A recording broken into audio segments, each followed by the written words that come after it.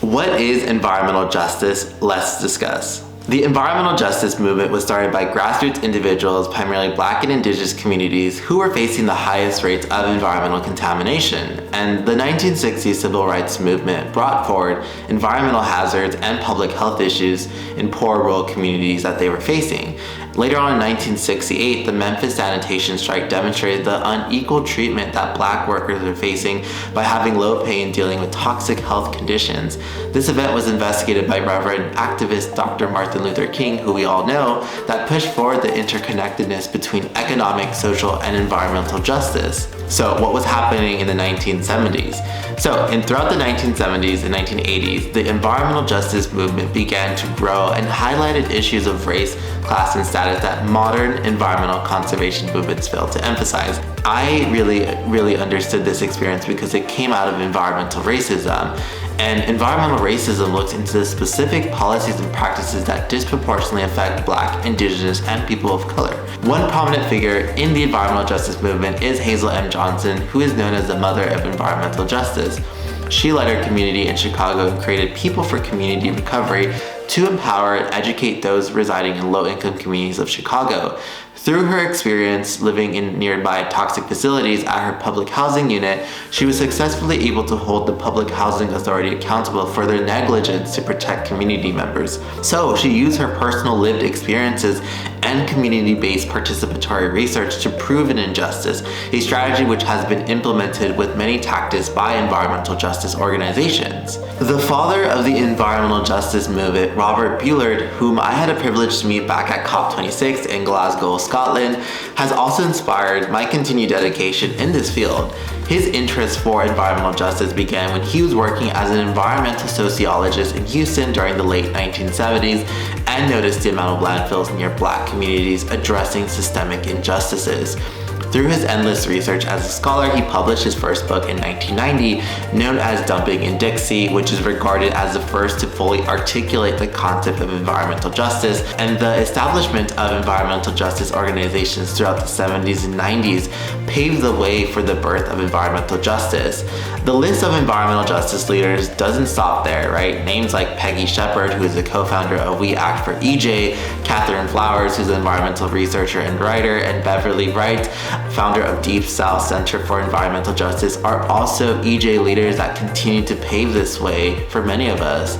You can check out other authors and environmental justice leaders on my blog if you're interested in checking that out. On October 24th, 1991, delegates to the first National People of Color Leadership gathered in Washington, D.C.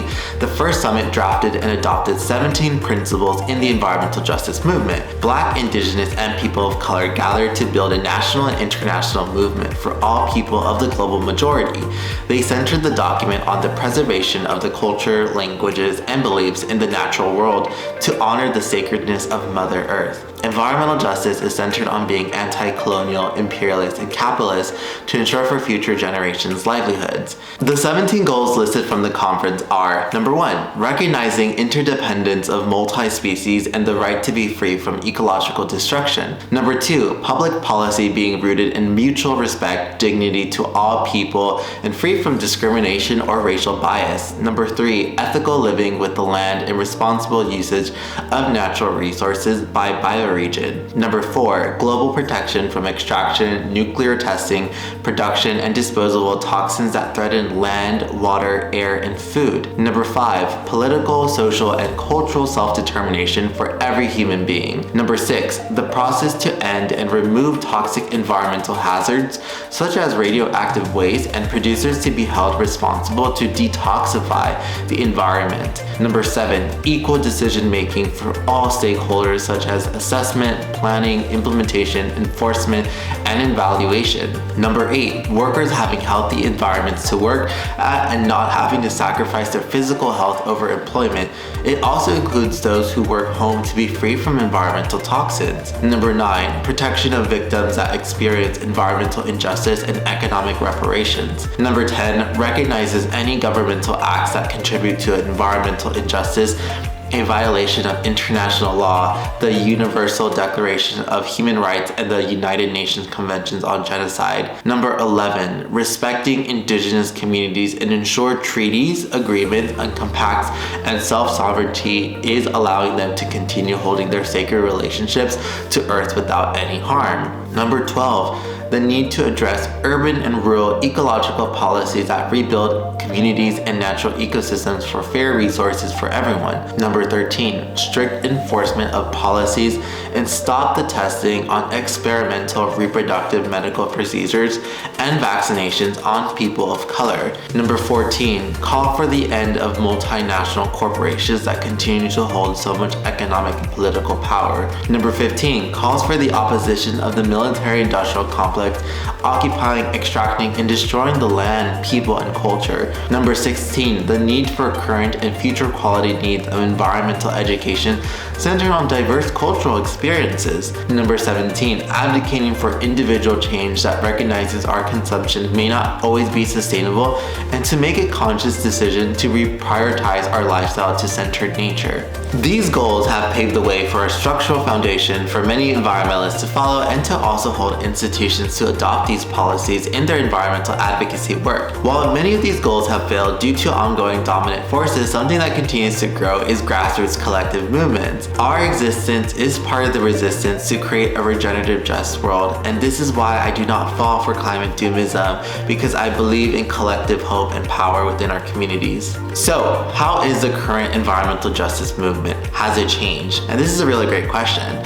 The current environmental justice movement has continued to be embraced by many generations, especially the climate youth-led movement, who are fighting for climate justice. In the past few years in the United States, we've seen a massive rise in youth-led organizations such as Zero Hour, Sunrise Movement, Fridays for Future, Extinction Rebellion, and many more that bring these diverse perspectives.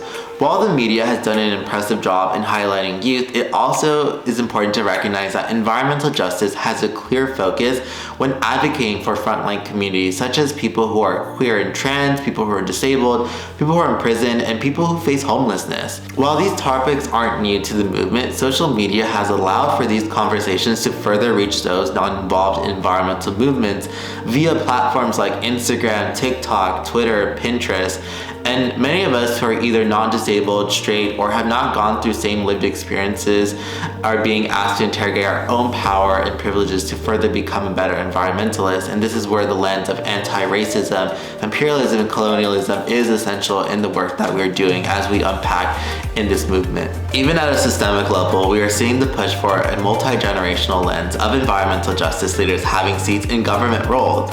On January 27, 2021, the Biden administration implemented the White House Environmental Justice Advocacy Council, established to pursue Executive Order 14008, titled Tackling Climate Crisis at Home and Abroad, which seeks to provide greater visibility on environmental justice issues. There are currently 26 members that have been appointed by the president to help further shape the policies and practices, and the council's goals will focus on some of the following pressing issues our societies face today: climate change, mitigation, clean energy, transition, indigenous issues, enforcements, and civil rights, and increasing federal governments to address the current and historical environmental injustice.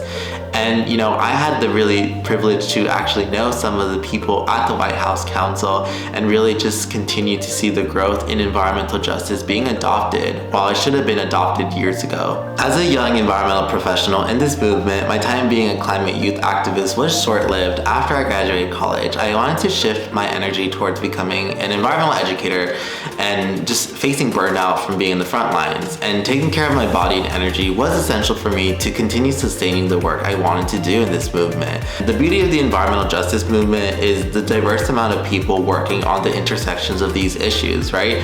You don't need to always be an activist to be in the movement. You can be a writer, educator, communicator, journalist, artist, model, photographer, videographer, and many more unique roles as we continue to advance for environmental justice. One popular term that's come from the environmental justice movement is intersectional environmentalism that was coined by my friend Leah Thomas, the founder of Intersectional Environmentalists. And during the Black Lives Matter protests of George Floyd, Leah wrote an Instagram infographic describing her experiences as a Black woman environmentalist and the lack of solidarity being extended towards BLM and Black liberation in the environmental movement. And this prompted her post to garner thousands of likes, comments, and shares before she then established her organization along with her other co-founders, which I'm friends with, Deandra, Sabs, and Philip. And intersectional environmentalism is a part of the environmental justice movement that does not seek to separate itself, but rather coexist in the same space for young environmentalists to understand the importance of interconnectedness. And it doesn't stop there. New language from environmental justice is emerging, such as the term environmental liberation, which I've recently learned about, that was coined by Generation Green, a Black youth and woman-led organization. Environmental liberation is a foundation ideological framework posed to claim a decolonized, regenerative, and autonomous future.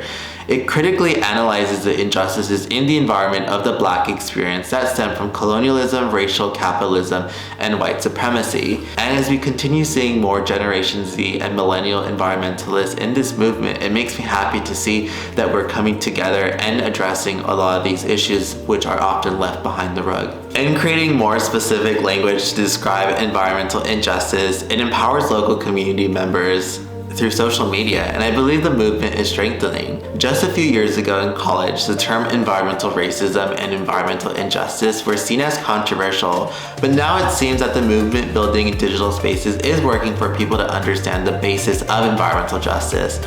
Both organizing in person and digital organizing can coexist in the environmental justice movement, but it is imperative to not forget that the basis of movements is rooted in multi-generational wisdom for leaders who have paved the way for environmentalists like myself. And with that being said, environmental justice should be implemented in our daily lives. I don't think it's controversial to think that everyone should have access to healthy air, water, or soil, right? That's our government's job to really ensure that. So with that being said, continue advocating for environmental justice. If you love this video, make sure to like, comment, and subscribe, as this allows me to further teach through an independent media lens and stay safe and healthy as we explore different topics in environmental justice.